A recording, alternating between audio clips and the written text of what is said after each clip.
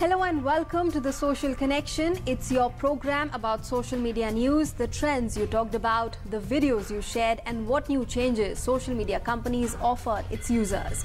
I am Nancy Kohli and with me is Shreya Upadhyay. Yes, welcome everybody. We are back with yet another edition in which we'll take you through the top trends, the latest news and everything that kept social media platforms busy. But first up, let's take a look at what we have in store for you in this edition. Facebook launches real-time sports platform. Mumbai Central gets free high-speed Wi-Fi from Google and Railtel. Pakistan unblocks YouTube after 3-year ban.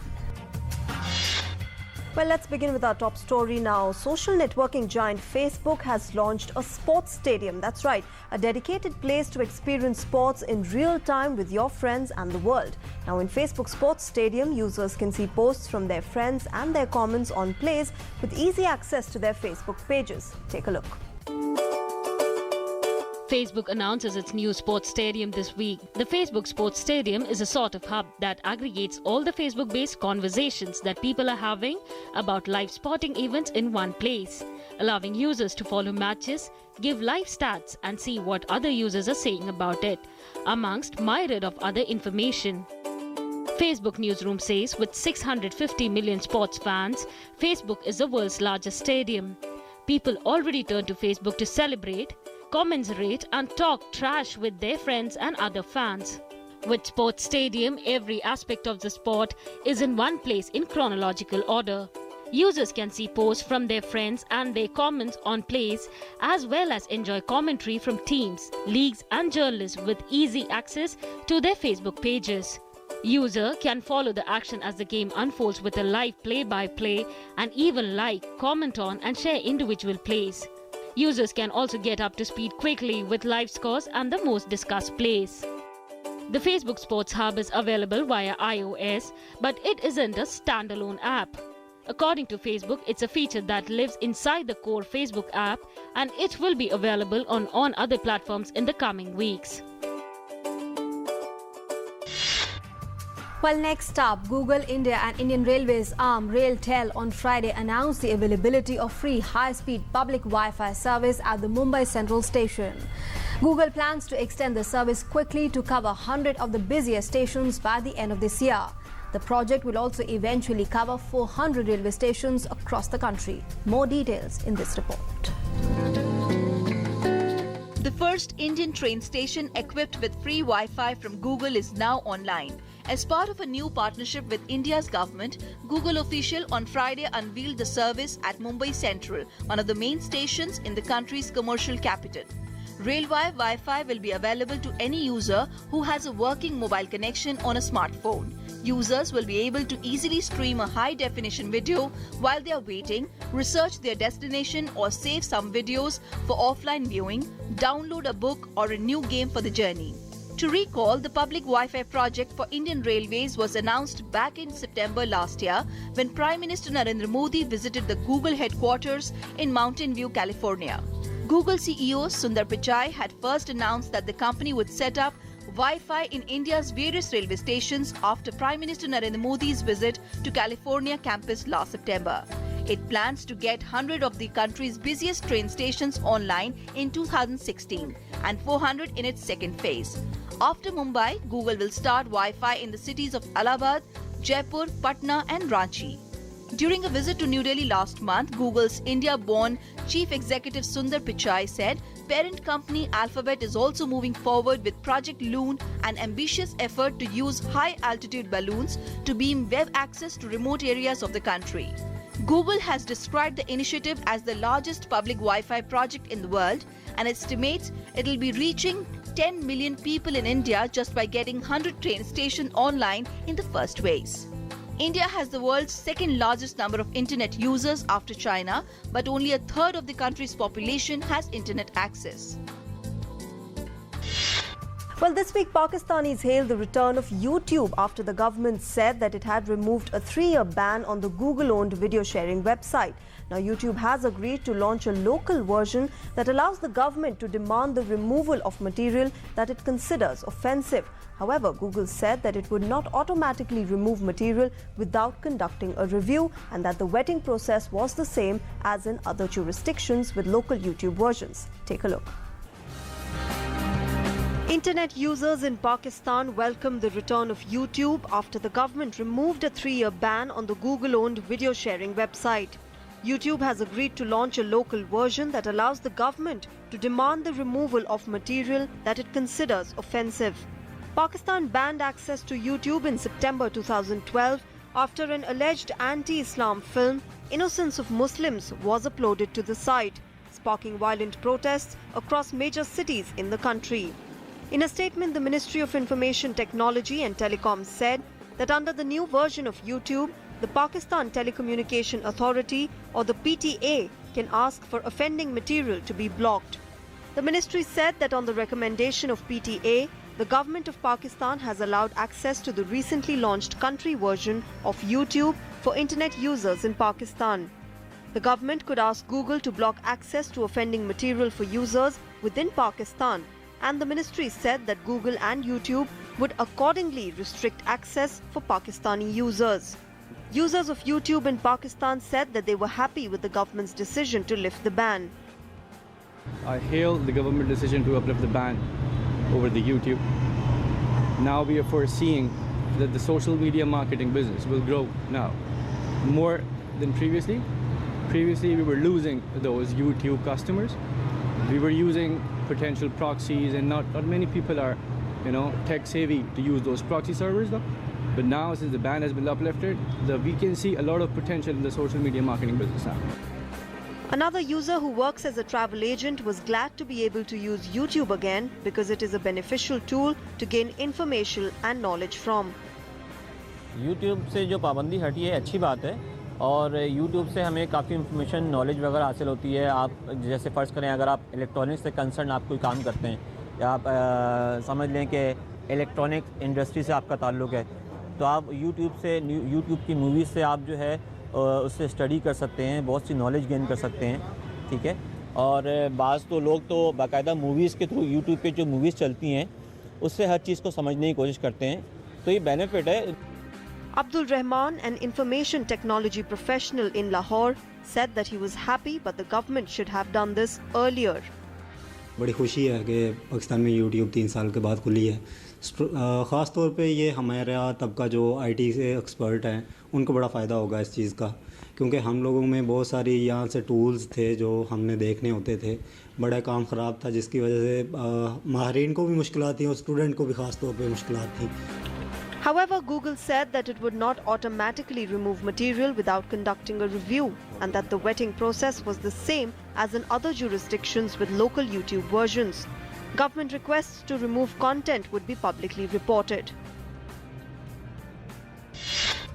We're heading for a short commercial break at the moment, but we have lots of interesting stories coming up ahead. Stay tuned and keep watching Doordarshan News.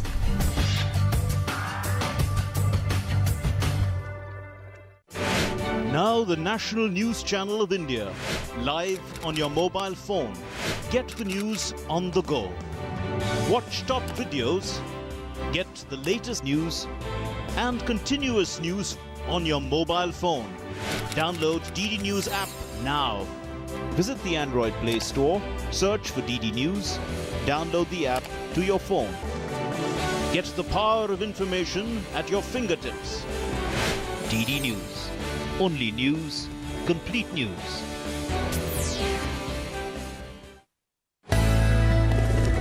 Breaking news की रेस से हटकर खबरें कुछ अच्छी भी हैं, खबरें जो बढ़ाएंगी हौसला और विश्वास, उम्मीद भरी खबरें जो लाएंगी मुस्कान। Good news India.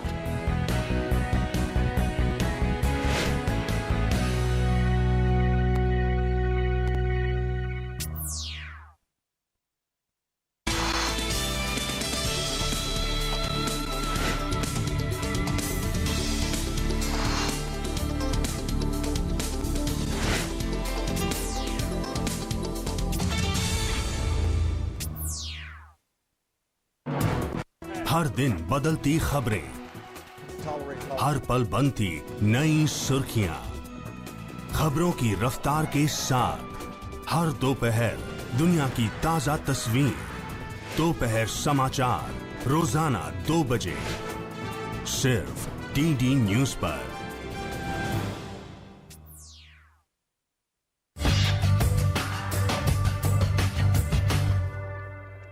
Welcome back. You're watching The Social Connection. Now, you must be familiar with the top trending topics of the week, but here's a quick look at the trends that rule different social media platforms. The 67th Republic Day celebrations came to an end on Friday with the Beating the Retreat ceremony attended by President Pranab Mukherjee, Prime Minister Narendra Modi, among other dignitaries in New Delhi.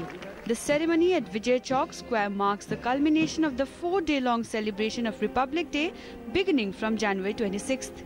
As a tribute on 67th Republic Day, search giant Google's Doodle showed a march of richly caparisoned camel contingent of the Border Security Force, a major attraction at the annual parade at the Rajpath. The Doodle presents 6 colorfully bedecked camels with a bandsman riding their back and playing martial music, marching elegantly in one neat row as they do on the ceremonial boulevard. After Google, Twitter also commemorated the 67th Indian Republic Day with a special feature added to its microblogging platform. Typing #Republic Day in any tweet automatically displayed a special Republic Day emoji in the colors of the Indian national flag. Lauding the coverage of the event, #Doordarshan was also trending on Republic Day on Facebook. The World Health Organization has said that Zika virus is spreading explosively in the Americas. The global health body warned that it expected up to 4 million cases of the disease.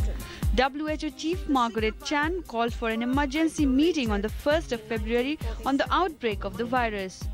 The virus has been blamed for the birth defect microphyllae, a condition that causes babies to be born with an abnormally small head.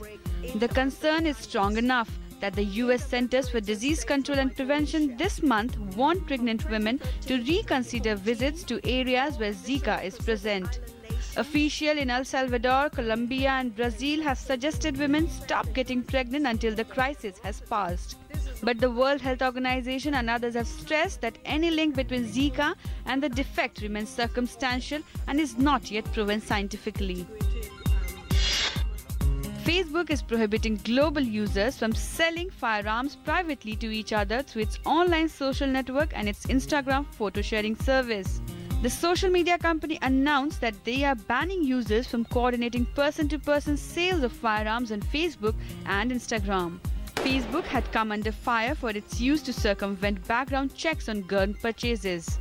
The move comes as the United States debates the issue of access to guns after a string of mass shootings. US President Barack Obama has urged social media companies to clamp down on gun sales organized on their platforms. Trailer of National Awardee Hansal Mehta's upcoming movie Aligarh was released this week. Aligarh is a real-life inspired story of a professor of Aligarh Muslim University, Srinivas Ramchandra Siras, who was suspended from his job because of his alleged sexual orientation. Bollywood actor Manoj Vajpayee played the protagonist role of the Professor Siras. Moving on, an Indonesian artist enclave blends art with modern technology to woo tourists and boost the economy. By adopting augmented reality technology, the artist enclave of Dago Pojok has become the latest attraction in Bandung, a city located 140 kilometers from capital Jakarta. Augmented reality technology, which has rapidly grown since 2010, is not new to the world, but it's a first for Indonesia. Here are the details. A community of Indonesian artists is using technology to promote its mural, with hopes that this will attract tech-savvy tourists and boost the local economy. By adopting augmented reality technology, the artist enclave of Dago Pojok has become the latest attraction in Bandung, a city located 140 kilometers from capital Jakarta. Most of the murals in the area are scannable through a smartphone app, Indonesia in Your Hand, which allows visitors to understand the creation process of the artwork. I'm here for a tour. I found out about this village on the internet and I think it's really nice to have augmented reality technology in here. This kind of technology is really useful for tourists from overseas, especially those who are not familiar with this city. Augmented reality technology, which has rapidly grown in 2010, is not new to the world, but it's a first for Indonesia. The German town of Neunun has been using a similar technology to introduce the works of Vincent van Gogh, who used to live there. At Dago Pajok, they began implementing the technology in November after the app company offered a collaboration. Kenapa kita pilih mural? Karena mural adalah Murals are the way this creative village expresses itself, so we decided to implement augmented reality technology on these murals. This village is probably the world's first augmented village. At the same time, we hope to increase the number of domestic and international visitors, so the profit, especially in culinary and handicraft businesses, will increase. It will also help the economy of this creative village. Ekonomi kreatif di kampung ini jadi naik. The company is currently cooperating with the Indonesia's Tourism Board to create a nationwide service to promote tourism. Other than Bandung, similar projects are up and running in well-known tourist destinations like ancient city of Yogyakarta and resort island of Bali. Rehmat Jabaril, the brain behind the project, says the adoption of the app is in line with the core values of the local artists. We are open to traditional and modern values. We emphasize the importance of tolerance and constantly combine our culture with Western culture. In Bandung, there are now creative areas like Dago Pajok, and the local government hopes to replicate the project in all 30 districts of the city in the next 3 years. Di setiap kecamatan in 2018, every district in Bandung city should have their own creative village. Sudah ada kampung wisata kreatif. Earlier this month, Bandung was designated as a UNESCO Creative City of Design and is set to be included in the year's UNESCO Creative Cities network, along with Budapest and Singapore. Well, don't go anywhere. We're heading for a short commercial break. We will be back with lots more coming up on the other side. Stay tuned to DD News.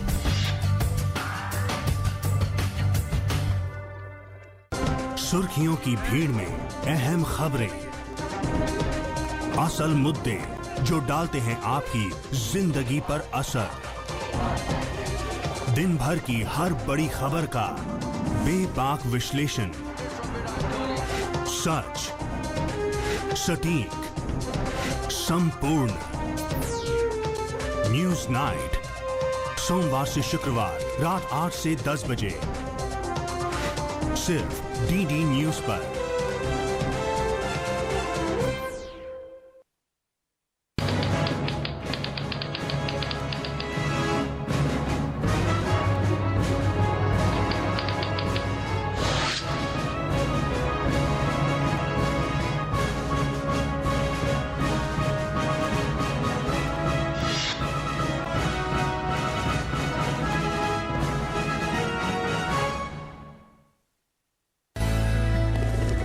Breaking news की रेस से हटकर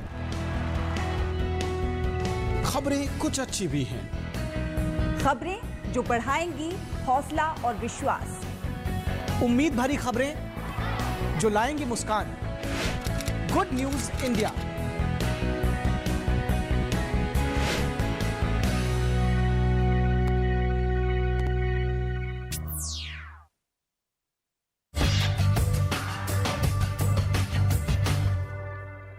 Welcome back to the Social Connection. Well, earlier this month, Amnesty International protested outside the Saudi embassy in London, calling for the release of Saudi blogger Rafi Badawi, who received 50 lashes a year ago. Well, he still faces another 950 lashes and a 10-year prison sentence. The 31-year-old blogger was charged for writing a blog critical of the Saudi regime. More details in this report. Freedom of expression is a human right. Amnesty International UK demonstrated outside the Saudi embassy in London earlier this month to mark a year since jailed Saudi blogger Rafi Badawi received 50 lashes. Rafi was lashed in a public square in Jeddah on 9 January 2015 as part of a sentence of 1,000 lashes and 10 years in prison as part of a crackdown on human rights. Raif is still in prison. He is still serving a 10-year sentence, and those 950 lashes are still outstanding. Nothing has been withdrawn. So I hope that the attention that we and others are focusing on Raif's case is at least stopping that. But we need to see much more. We need to see him released. This is somebody who's done nothing except exercise his freedom of expression. The 31-year-old blogger was charged for writing a blog critical of the Saudi regime. He could be flogged at any time. It is believed his remaining lashes have been postponed due to ill health. Amnesty will hand to the Saudi embassy a 250,000 strong petition calling for his release. We saw just recently 47 executions on one day. It routinely tortures its own people and it silences them. So Raif has done nothing that he should be imprisoned for, and he should be being treated in this way. Saudi Arabia last week executed 47 people in what was the kingdom's biggest mass execution for decades. Among those executed was a prominent Shia Muslim cleric, Nimr al-Nimr, which has caused relations between the mainly Shia Iran and Saudi Arabia's conservative Sunni monarch to dramatically deteriorate. Among those executed was a prominent Shia Muslim cleric, Nimr al-Nimr, who has caused relations between the mainly Shia Iran and Saudi Arabia's conservative Sunni monarch to dramatically deteriorate. The growing diplomatic dispute between the two countries has also damaged the outlook for any resolution to conflicts in Yemen and Syria. Amnesty is sharply critical of the UK's relationship with Saudi Arabia amid growing international condemnation of the Saudi death penalty and airstrikes on Yemen. The UK government has only mildly rebuked Saudi over the recent execution, saying it does not support the death penalty in any case. And we see very little response from our government, and it seems that there is one rule for Saudi Arabia and another for other countries. And we at Amnesty International are hugely critical of the way in which our government pulls its punches, kowtows to the Saudi government, and we would like to see that change radically. In October last year, Raif Badawi won the European Parliament's Shahrokh Prize for Freedom of Thought. His wife, who now lives in Canada with their 3 children, accepted the award on his behalf.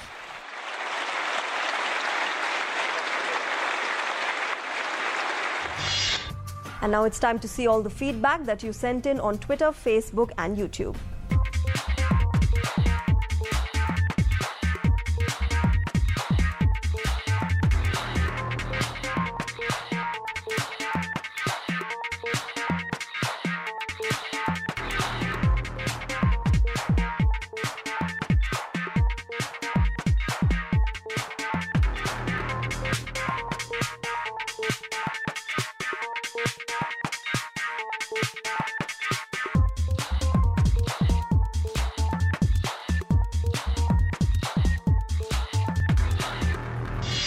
Well, this is the end of our show. Continue sending in your feedback as you always have on ddnews.com, @gmail.com, on our Twitter handle, DDNews Live, our Facebook page or on our YouTube channel. Well, we hope that you enjoyed the show as much as we did in presenting it to you. And before we sign off, we're leaving you with an interesting video. See you again next week. Thank you and goodbye. Dappled sunlight through trees and a wisteria-covered front porch. No 2 days are alike. An older woman sorts her medication. So every day, you prepare. A woman who is blind feeds her service dog. For yourself? She places the bowl on the floor and he eats. For those you love? A mother using a wheelchair packs a lunchbox. Her daughter takes it, kisses her, and runs off. For whatever the day may bring. A man who is deaf signs to a loved one and departs. Being prepared is a part of who you are. But in the case of a disaster, preparation isn't always front of mind. In an emergency, when help and resources may not be available for days, being prepared is more important than ever. It's up to everyone to be informed about what types of emergencies might occur where you live or visit. Knowing the best responses for your personal circumstances is the key to maintaining your health, safety, and independence. Make a plan that covers where you'll go in an emergency and how a personal support network can assist you. Build a kit that contains the specific things you need to survive for several days. Food and water, medication and supplies. The older woman assembles her kit. As well as any important documents you may need. She includes a USB drive. Being prepared is a part of who you are, and disaster preparation is no different. The man who is deaf stores his kit in the closet. There's no one more capable of planning for your situation than you. The mother using a wheelchair closes her kit and hugs her daughter. Words on screen. Be informed, make a plan, build a kit, get involved. Ready.gov/myplan.